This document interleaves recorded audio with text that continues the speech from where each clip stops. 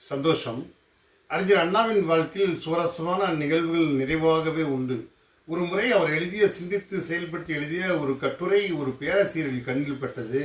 அதை பார்த்தவுடன் அவர் அண்ணாவிடம் கேட்குறோம், அண்ணா நீ இது எங்கேருந்து எழுதினீ, எங்கேருந்து நீ மாற்றி எழுதினேன் என்று கேட்ட, இல்லை இங்கிருந்து எழுதினேன் என்று சொன்னார். எதுவும் நேரடியாக பேசக்கூடியவர். ஒரு செயலை பார்த்து அவன் முடிவு செய்வதில்லை. நான் இங்கிருந்து எழுதியுடன் அவர் சிரித்து கொண்டு சென்று விட்டாராம். இதே போலதான் பெரியார் அண்ணாவும் பல மேடைகளில் பகிர்ந்து பேசுவது உண்டு. பெரியார் பேசுவதை அண்ணா மொழிபெயர்ப்பார், அவ்வளவுதான்.